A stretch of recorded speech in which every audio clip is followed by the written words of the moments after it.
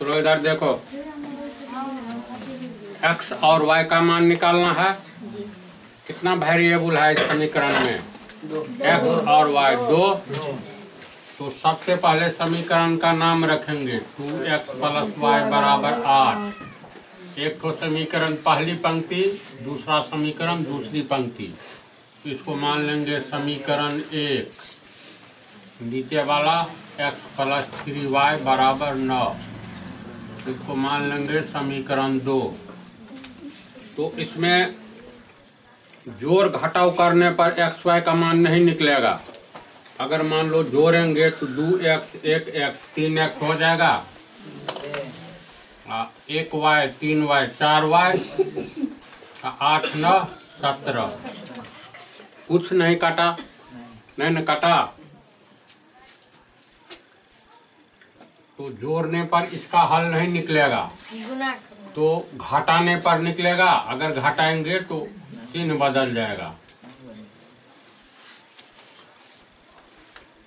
तो यहाँ 2 ठो x है, यहाँ एक ही x है प्लस माइनस, इसलिए ये भी नहीं कटेगा और ये भी नहीं कटेगा। तो ऐसी स्थिति में कौन सा कदम उठाया जाए? तो जब दो समीकरण में x को नहीं काटे, चाहे जोड़ना पड़े या घटाना पड़े, y को नहीं काटे, तो ऐसी स्थिति में मिलाएंगे। x का गुना 2 से किया हुआ है ना, यहाँ x का गुना कुछ नहीं है तो 1 है, 1 से किया हुआ है। तो ऊपर वाला समीकरण में जैसे मान लो लुप्तीकरण विधि अपनाना है, समझा?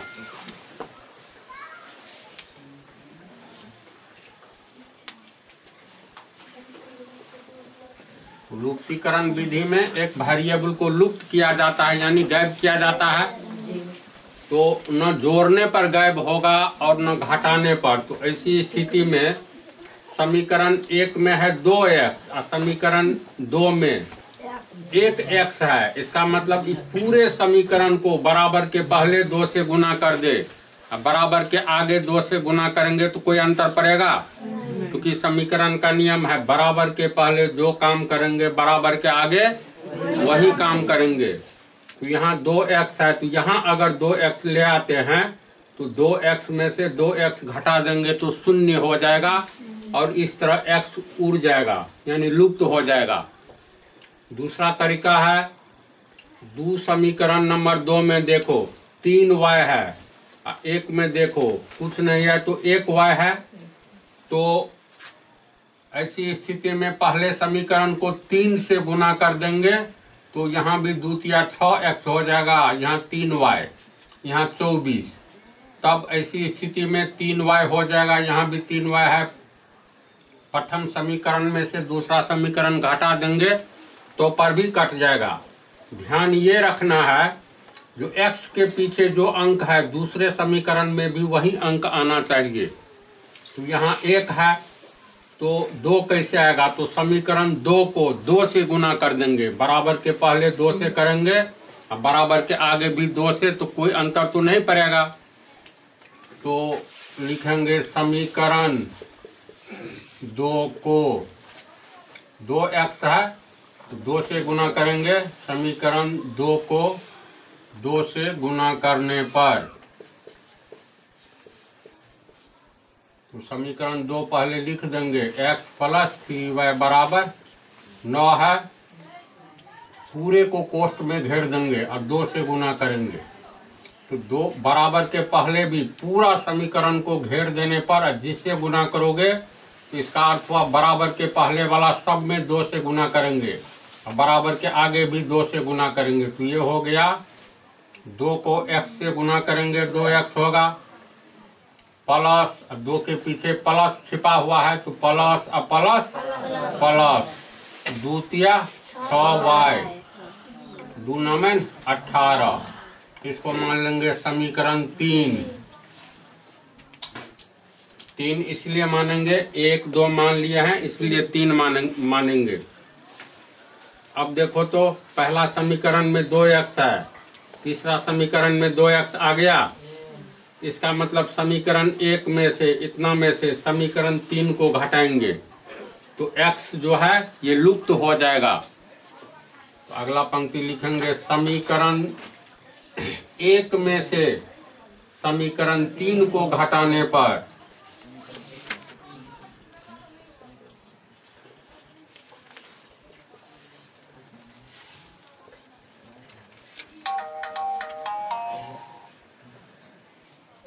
तो समीकरण 1 में से समीकरण 3 को घटाने पर तो समीकरण 1 पहले लिखेंगे ऊपर में 1 में से घटा रहे हैं 3 को 5 में से मान लो 2 घटाना हो तो 5 के नीचे न 2 लिखेंगे। तो समीकरण 1 में से समीकरण 3 को घटाना है तो समीकरण 1 2x + y बराबर 8 3 हो गया 2x + 6y बराबर 18।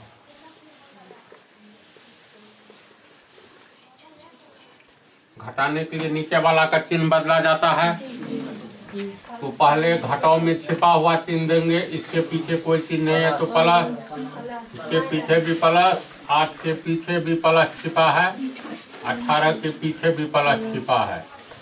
क्योंकि घटाने का काम कर रहे हैं इसीलिए नीचे का सब चिन्ह बदल जाएगा, प्लस हो जाएगा माइनस, ये माइनस, ये माइनस।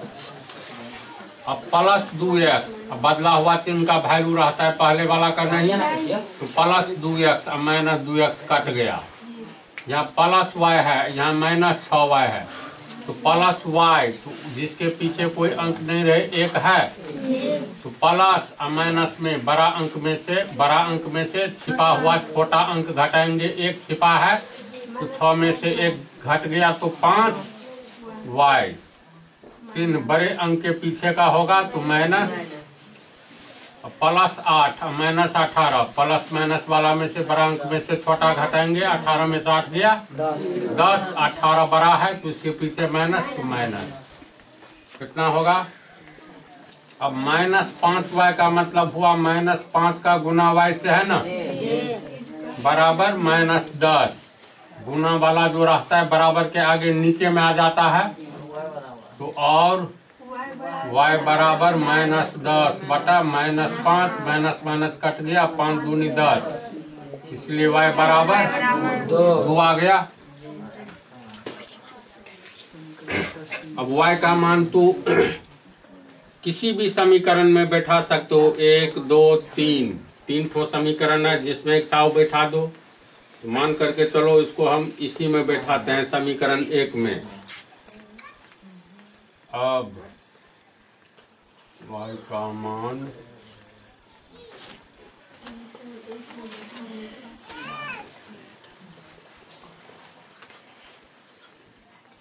समीकरण 1 में बैठाएंगे तो समीकरण 1 ये है, इसको लिखेंगे 2x + y बराबर 8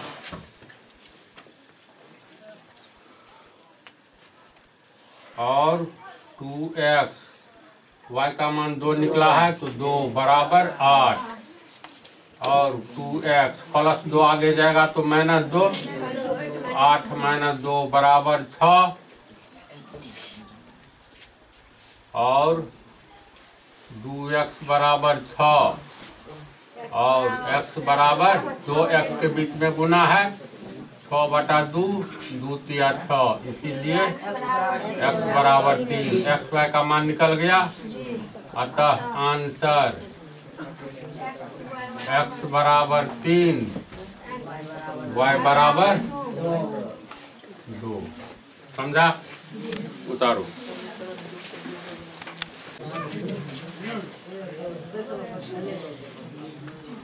ये तो लुप्तीकरण विधि हुआ ना।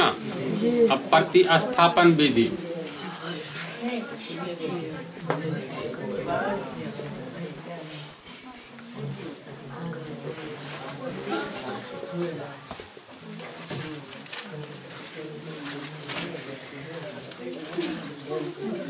इसको बंद करो।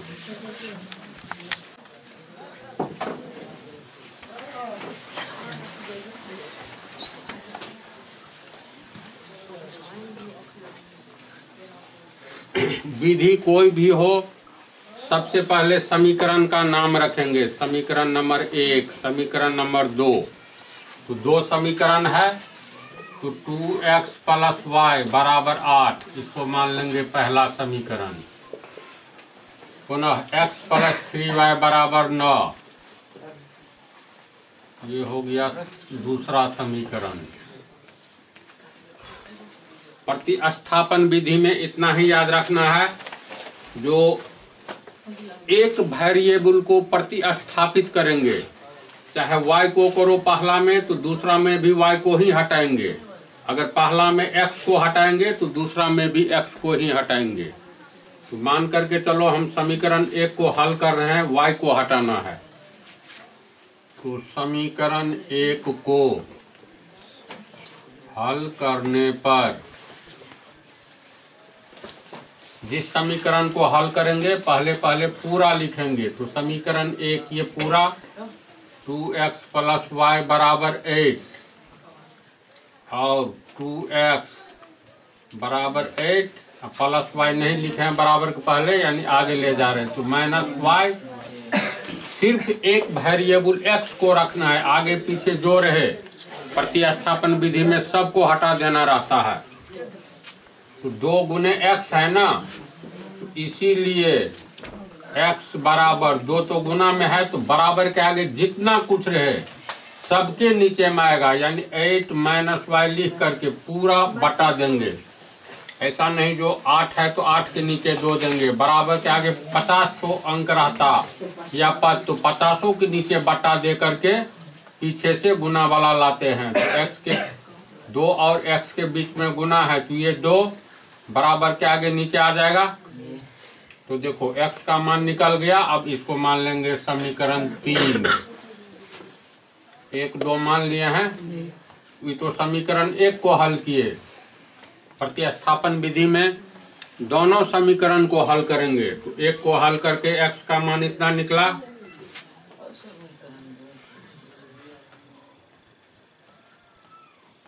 पुनः समीकरण 2 को हल करने पर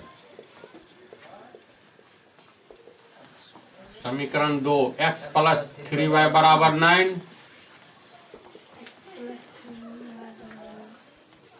इसमें y को हटाए हैं तो इसमें भी y को हटाएंगे। तो और x बराबर 9 अब प्लस 3y आगे जाएगा तो माइनस 3y होगा। x के आगे पीछे ऊपर नीचे कुछ नहीं बचा, इसलिए x बराबर इतना हुआ। इसको मान लेंगे 3 हो चुका है। तो समीकरण 4।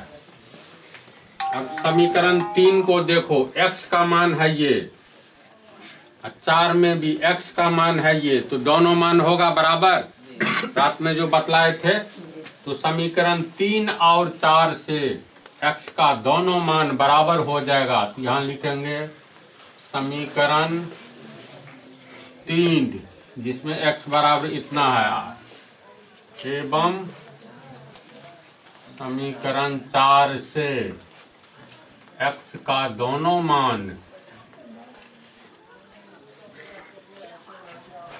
बराबर होंगे, यानी x का पहला मान 8 माइनस वाई बटा 2 बराबर x का दूसरा मान 9 माइनस 3y, कितना होगा? बराबर के पहले जब एक भिन्न हो, बराबर के पहले देखो तो एक बटा है, बटा के ऊपर अंश और नीचे में हर, अंश बटा हर को भिन्न कहते हैं। तो बराबर के पहले एक भिन्न है, बराबर के आगे कितना भिन्न है? एक ही है, क्योंकि इसको हम लिख सकते हैं पूरे का बटा में 1 दे दोगे कोई अंतर नहीं पड़ेगा, क्योंकि मान लो कोई भी अंक के नीचे हमेशा 1 छुपा रहता है।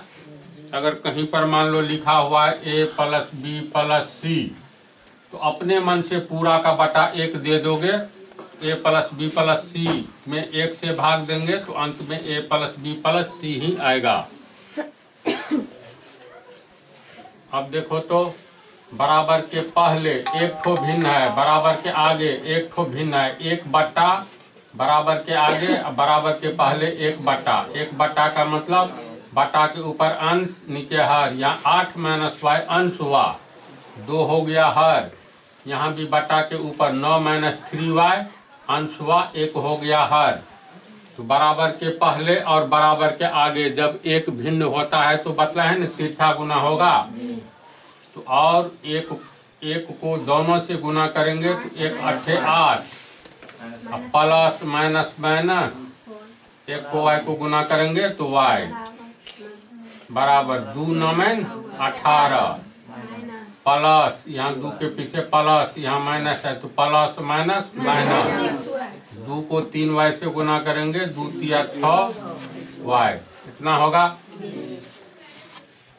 अब 8 को आगे ले जाएंगे तो बच गया माइनस वाई, माइनस 6y को बराबर के पहले लाएंगे तो प्लस 6y बराबर ये 18, पीछे का 8 छूट गया है तो माइनस 8। ये लाइन समझा?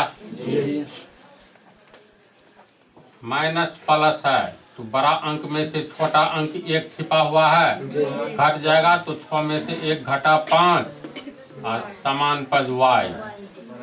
18 में से 8 गया 10, 5 और y के बीच में गुना है और y बराबर 10। अब गुना वाला नीचे आएगा 5, 5 दूनी 10, इसलिए y बराबर 2 आया। y का मान 2 आ गया तो किसी समीकरण 1 या 2 में बैठा देंगे। तो मान लो 2 में ही बैठाते हैं तो अब समीकरण 2 में y का मान निकला है ना, y का मान रखने पर या बैठाने पर तो 2 में बैठाएंगे तो समीकरण नंबर 2 कहाँ पर है खोजो, यहाँ है। तो इतनी बात को लिखेंगे x प्लस 3y बराबर 9 और x प्लस 3 और y के बीच में गुना छिपा है तो y का मान या x का मान रखने लगोगे तो गुना का छिपा हुआ चिन्ह प्रकट हो जाता है। तो y का मान निकला है 2 बराबर 9 और x प्लस 3 दूनी 6 बराबर 9 और x बराबर 9 प्लस 6 इधर जाएगा माइनस 6, इसलिए x बराबर 3। अतः आंसर x बराबर 3 एवं y बराबर 2। समझा? इसको उतारो।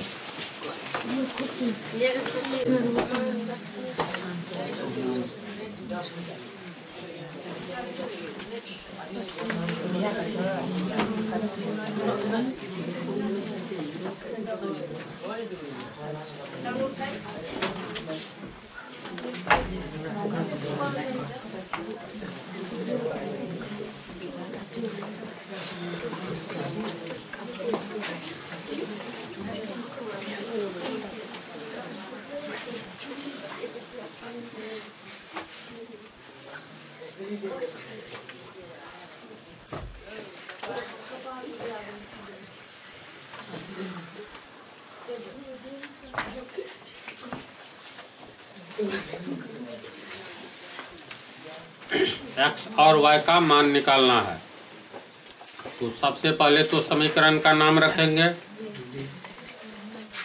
तो x square plus Y square बराबर 41, इसका समीकरण नंबर 1।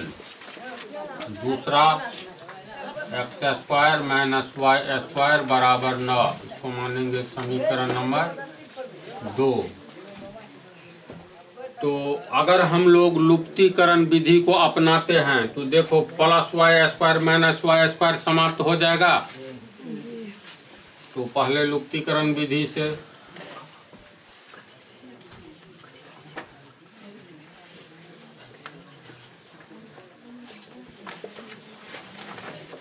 लुप्तीकरण विधि में एक वेरिएबल को लुप्त कर देना रहता है। तो अगर y को लुप्त करेंगे तो प्लस माइनस में है, इसको जोड़ देना होगा। अगर x को लुप्त करेंगे तो दोनों है प्लस में तो पहला समीकरण में से दूसरा को घटा देना होगा। तो मान लो जोड़ने पर ही y समाप्त हो रहा है, तो इसीलिए जोड़ने का ही काम कर लें। तो समीकरण 1 और समीकरण 2 को जोड़ेंगे। समीकरण 1 एवं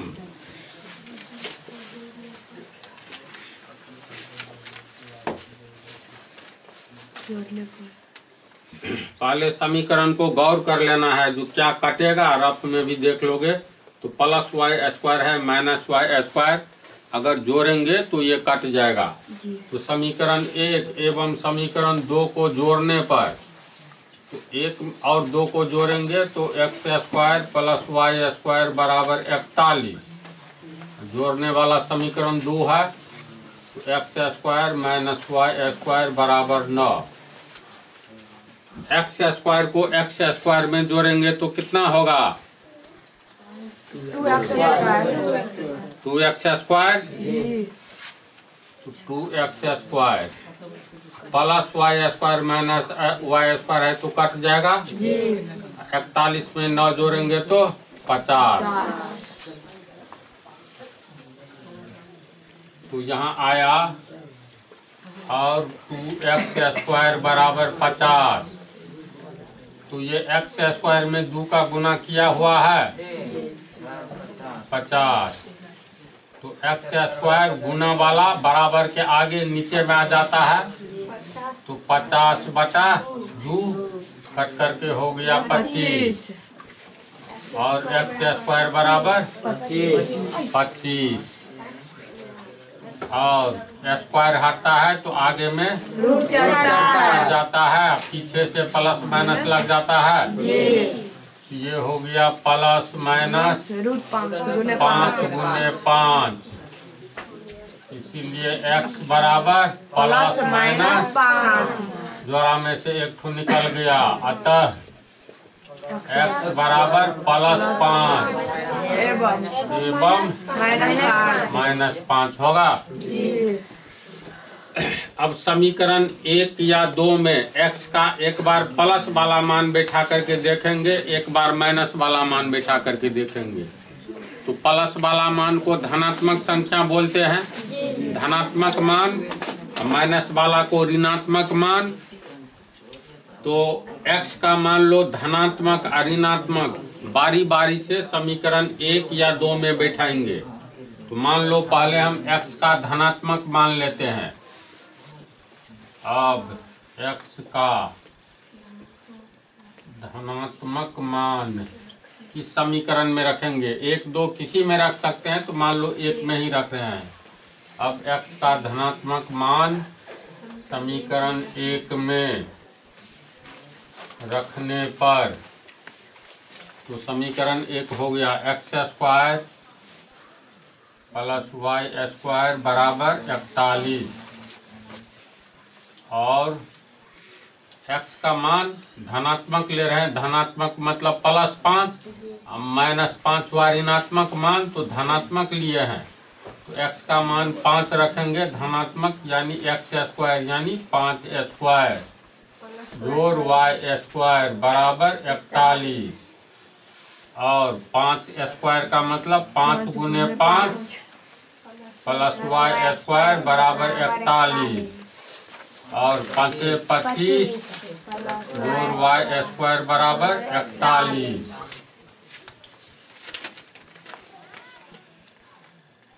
और वाई स्क्वायर रखेंगे प्लस 25 बराबर के आगे जाएगा तो माइनस 25 और वाई स्क्वायर बराबर 41 प्लस 25 आगे गया तो माइनस 25, 41 में से 25 गया 16 और वाई स्क्वायर बराबर 16 और वाई बराबर प्लस माइनस आगे में रूट आ जाएगा और y बराबर प्लस माइनस 4 होगा इसका। 4 गुने 4 जोड़ा में से निकल गया 4, इसीलिए y बराबर प्लस 4 एवं माइनस 4। XY का मान निकल गया है। लेकिन धनात्मक मान लिए, अगर ऋणात्मक मान लेंगे तो क्या आएगा, है ना इसी बात। तो पहले इतना को उतारो। धनात्मक मान लिए थे +5, अगर x का हम ऋणात्मक मान समीकरण 1 या 2 में रखेंगे तब y का कितना मान आएगा। तो अगर x का ऋणात्मक मान ले तो x का ऋणात्मक मान समीकरण 1 में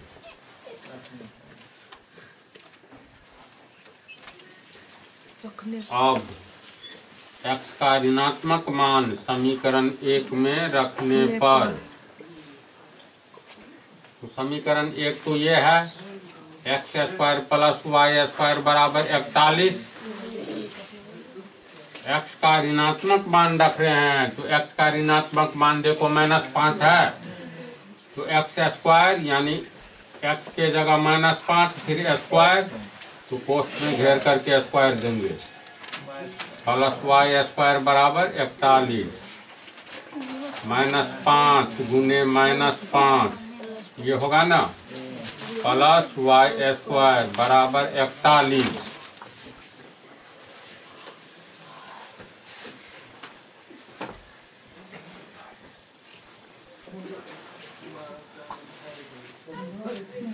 तो ये हो गया माइनस गुने माइनस, माइनस प्लस, अब 5 को 5 से गुना करेंगे 25 +y² बराबर 41।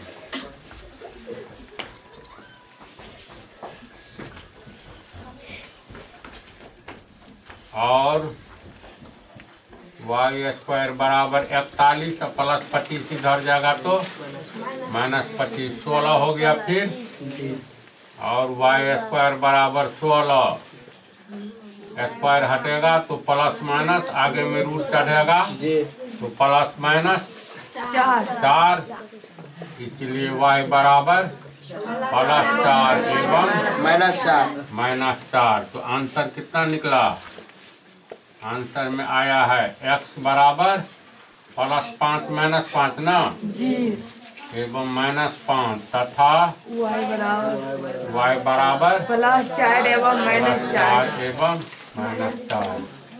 समझा, यहाँ से उतारो।